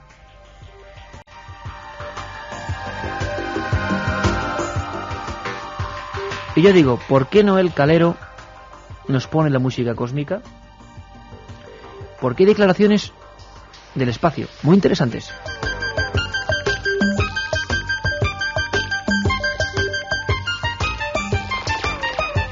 Muchos periódicos, entre ellos La Voz de Galicia, publicaban con grandes titulares: Pedro Duque, malo será que no haya vida extraterrestre.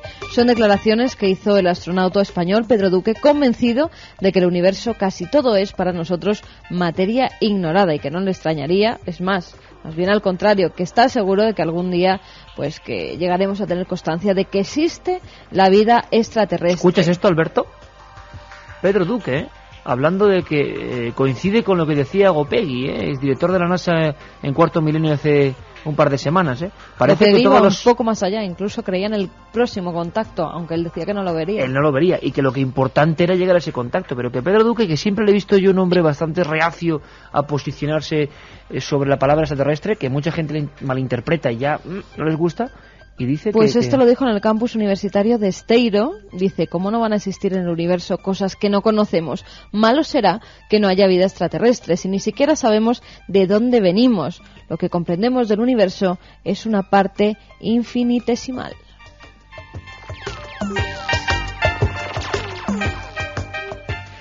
Ahora cambiamos las tornas. Las cambiamos porque, caramba, es que no hay día que no hablemos de fenómenos extraños como la posesión. Luego hay zoología, muy interesante también.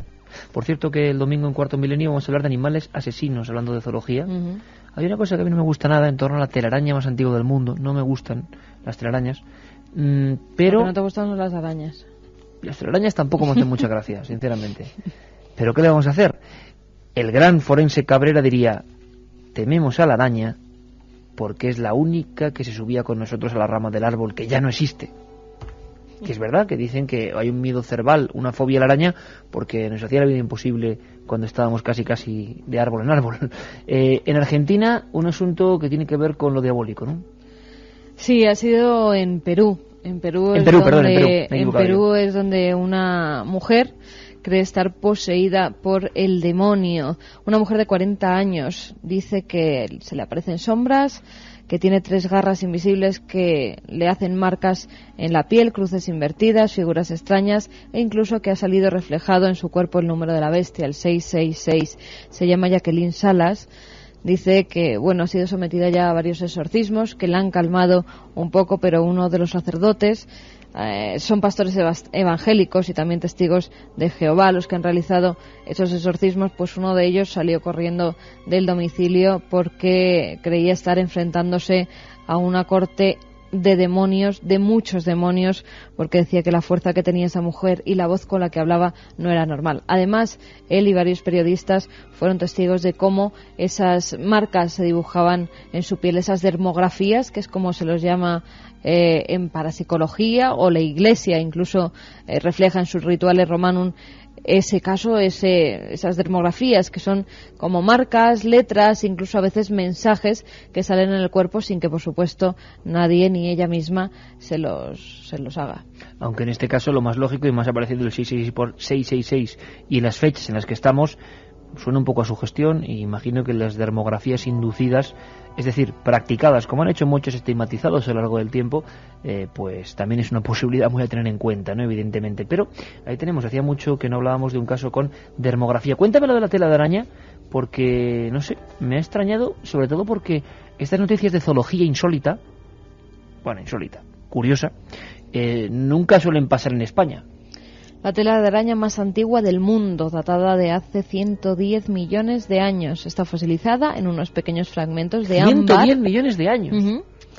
Está justamente dentro de unos pequeños fragmentos de ámbar que fueron encontrados a finales del año 2003 en una explotación de carbón situada en la sierra de Sant Just, en el municipio turolense de Escucha.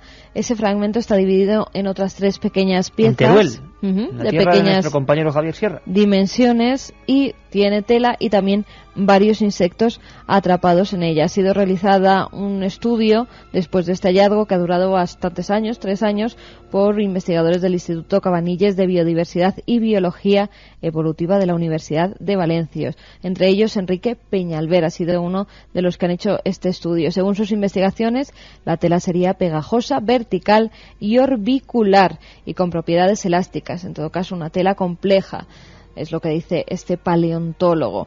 El ámbar fósil más antiguo que se conoce hasta el momento, Iker, data de 135 millones de años, o sea que este sería el segundo. No tanto hay que remontarse en el tiempo para hablar de profecías, y últimamente, ya lo habéis visto o lo habéis escuchado, están muy de moda.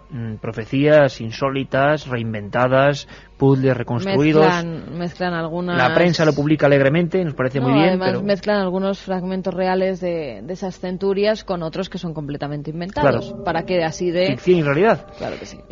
Lo que no es ficción, y sí parece que hay realidad, es una profecía que no es de las más conocidas, que tiene que ver con diversos pueblos americanos.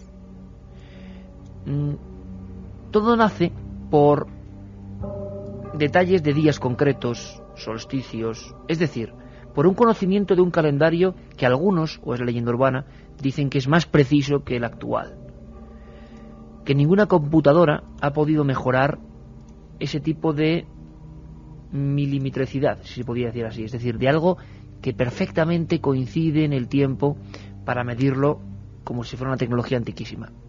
Quizá esto sea muy exagerado y quizás sea una de las leyendas urbanas que se ha ido propagando con el tiempo.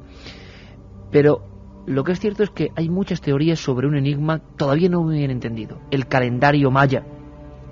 De ahí muchos han extraído profecías dramáticas. Algunas indican una fecha, 2012. Otros dicen que no tiene nada que ver, que se ha deformado en el tiempo, pero ¿qué podemos saber? Quizás sea el instante, a las 3 menos 10, de abrir nuestro archivo secreto. Nuestro archivo donde están los casos que nadie ha podido desempolvar definitivamente. Carlos Cala, nuestro compañero, que ya sabéis que el miércoles va a estar en Toledo con su libro de Amityville, nos habla de el calendario maya. ¿Será tan perfecto? ¿O será algo casi mágico? Uno de los mayores logros de la civilización maya, que desapareció de repente dejando apenas una pequeña parte de su legado artístico y arquitectónico, fue un calendario que todavía hoy sigue siendo un enigma para muchos. El calendario maya es terriblemente exacto. Se basa en la creencia de que el tiempo era cíclico y en virtud de eso se organizaban los días y los años. Los maya tenían 2 contadores, uno más largo de 365 días y otro más corto de 260. Cada día tenía 2 nombres, uno en cada calendario, así que la misma combinación de nombres solo se repetía cada 52 años. Cada vez que finalizaba uno de estos periodos, los maya dejaban sus ciudades y se marchaban al monte para contemplar las estrellas. Para ellos suponía un cambio de siglo con el que el sol volvería a renacer con toda su fuerza y con él un nuevo mundo.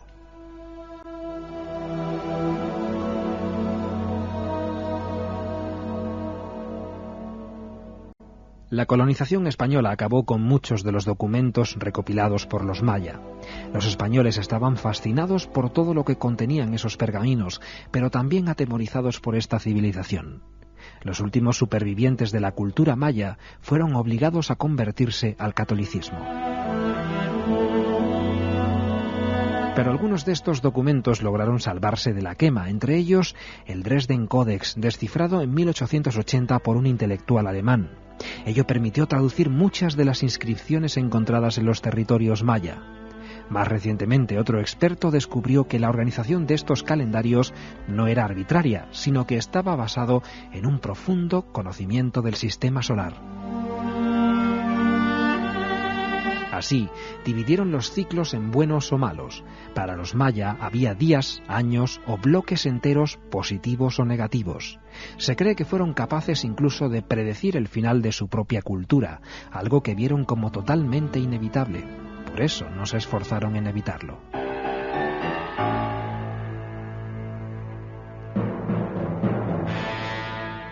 Los maya creían que el mundo había sido destruido 4 veces antes de ellos. Pensaban que al final de cada etapa había una época de caos seguida de un periodo de reconstrucción. El quinto y último ciclo de vida recogido en estos calendarios finaliza el 12 de diciembre de 2012. Creían que en ese momento habría un brusco revés en el campo magnético de la Tierra. Estaban convencidos de que el 12 del 12 del 2012 llegaría el fin del mundo. ¿Es esto cierto? La ciencia cree que no, pero hay multitud de expertos que aseguran que los mayas nos dejaron una advertencia y no una profecía. La advertencia de cuidar nuestro mundo y cambiar sustancialmente el ritmo de destrucción que mantenemos en estos momentos. ¿Lo has oído? No estás solo. Milenio 3, Cadena SER, con Iker Jiménez. Es que de repente Alberto Granados vuelve a la vida. Es como un autómata. De poseer el hombre de palo. Es como un autómata al que le inyectan una especie de suero de otro mundo que le hace mover sus rotores de una forma de vamos, es que es impresionante. Qué ritmo, si le viera a alguien bailando. El golem ahí. Revivido. La verdad es que nos el escriben calendario desde Alemania, maya, Iker. ¿Desde Alemania? Johnny y Víctor, hemos venido a Alemania a ver a la selección y como este es un país muy aburrido, nos dicen, nos hemos vuelto al hotel a cumplir con nuestra cita con Milenio 3 desde internet. Lo que nos tiene un poco mosqueados, que ya nos lo han dicho otros amigos que nos escuchan a través de internet, es que se corta la retransmisión y salen unas interferencias muy extrañas, incluso otros nos dicen que salen voces de mujeres muy raras. No sé, yo creo que es el chicos, calero. que apoyéis muy bien a Alemania por nosotros, que muchas gracias por, aunque que estéis en Alemania, seguirnos, y nada, que lo paséis bien. Y sobre todo, a por ellos. Vamos con esos mensajes, los últimos que nos llegan a esa vía de contacto, 7640, y vamos a dar los ganadores de ese libro de Milenio 3. Alberto desde Alicante nos dice que es un acierto este homenaje al profesor, que sin él no se puede entender la historia de lo paranormal en España. El reconocimiento en vida. Y claro, qué bien lo cuenta Santi Vázquez, ¿eh? Qué bien lo cuenta, hay que decirlo, y que mucha gente está viendo que hay paralelismos entre la forma de hablar de Germán, hombre, observando las distancias y con el pozo del profesor, ¿no? Pero oye, Santiago Vázquez tiene un aquel, hay que reconocerlo, eso ya lo decía hace tiempo. Hola, soy Carlos desde Alicante, soy vigilante, estoy trabajando, qué miedo estoy pasando, y que cortan a trozos a sus víctimas. ¿A que me voy a ver las hogueras? Nos dice. Pues sí, velas por mí, que las he hecho mucho de menos, esas hogueras de Alicante. Eso le pasa a Alberto Granados por traer casos de pesadilla siempre, que alteran a la audiencia. El caso de la carne picada. Es que mira qué bonito, y que la noche 3 amigos y yo estuvimos en la playa y alrededor de una hoguera escuchándose. A mitad del programa éramos ya unas 20 personas escuchando. Se fue uniendo gente ayer a esa hoguera de San Juan. Oh, qué bonita imagen, sí señor. Noche mágica donde las haya. Fíjate, hoy nos dicen, se han hecho 20 años de la desaparición del niño de Somosierra. Hoy, sí. Lo de la carne picada ya salió en Marujas Asesinas. Esa era la película. Enrique Baquedano. Gracias por la información. Por cierto, que ayer lo recordábamos en el previo en Coruña, pero no solo en antena, claro, es ese programa que hacemos solo para la gente que acude. Hoy se cumplen 20 años de la desaparición de Juan Pedro Martínez Gómez, la desaparición más extraña, según Interpol, de toda Europa, de un niño en el camión, en el puerto de Somosierra, la antigua Nacional 1, justo entre los límites de Madrid y Segovia. Es verdad, había que recordarlo en esta noche tan especial. Qué pena, ¿no? Que todavía la familia en Los Cánovas, en ese pequeño pueblo, no tenga noticias. 20 años desaparecido, el niño de Somosierra, en una cabina de camión herméticamente cerrada, sin respuesta. En fin. Paco nos dice, buenas madrugadas, ¿conocéis al asesino del Pilar en Las Palmas? Que el marido descuartizó a su mujer y la metió en la lavadora en el barrio del Pilar. Tremendo también, tremendo el caso. Hola amigos, soy de Orense, estamos en una casa antigua y nos tenéis alucinados y asustados. Un saludo a todo el equipo. Pues nada, un saludo que os mandamos también a vosotros y vamos ya con los ganadores de Milenio 3, el libro, el cual mandaremos firmado, Iker, por todo el equipo. Una cama, padre e hija, ojos como platos y una radio en medio. Nos va la nave. Besos, Iker y Carmen, nos escribe padre e hija desde Zaragoza. Pues uno de esos libros va para ellos. A mí el caso de Butch me recuerda al del hombre que gritaba "me lo han ordenado" con el cadáver de su hijo en el balcón, sí. Nos dice Tony desde Mallorca. Al sastre José María Ruiz Martínez, que se leía en la calle Luna. El desconocimiento provoca en los humanos de mente abierta algo que ha movido a la humanidad, la curiosidad, nos decía Antonio desde Castellón. Pues el último de los libros va para él, Iker. Pues es lo que nos impulsa a nosotros, simplemente la curiosidad del conocer cosas que parecen veladas al margen de la realidad, pero que ocurren constantemente. Y aquí seguiremos informando. Por cierto, que mañana nos vemos en Cuarto Milenio, a las 11 menos cuarto. Vamos a hablar de una cosa que últimamente está inquietando mucho y que para algunos tiene claves extrañas, el terror japonés. ¿Qué está pasando con él? ¿Por qué nos impacta de forma tan especial? Y muchas más cosas. Ahora las noticias. Un fuerte abrazo.